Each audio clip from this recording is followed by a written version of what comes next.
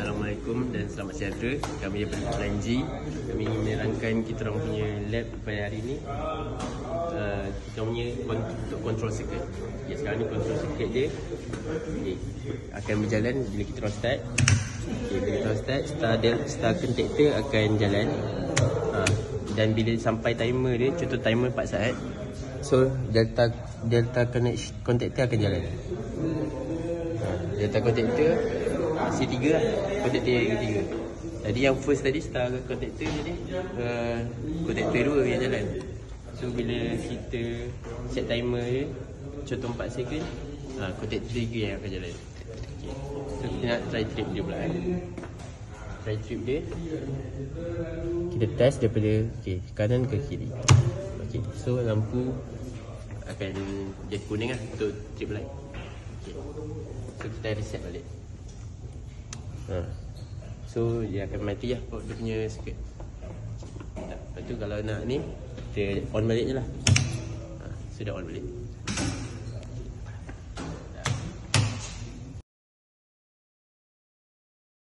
Assalamualaikum dan selamat sejahtera. Okay.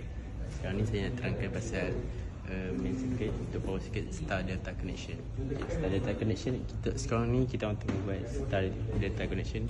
Star delta connection ni dia berfungsi sebagai untuk tak nak bagi trip lah. Sebab kalau macam direct dia akan tarik tinggi, load current dia akan tarik tinggi. So star delta ni akan macam turunkan dia punya current untuk bagi motor tu running keadaan normal lah. So kita sekarang nak boleh check. Kita tengok on, try on dia. Okay, so motor akan jalan. Saya tengok sini. So tengok sini. Dan ini dia punya ni. Okay, sekarang ni kalau kita dekatkan dia punya current sini, boleh tengok current dia 2.9, 2.8. Ni normal.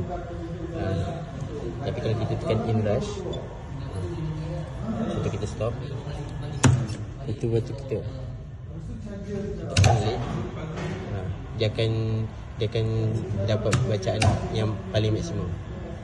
Contohnya 98, tinggi lah.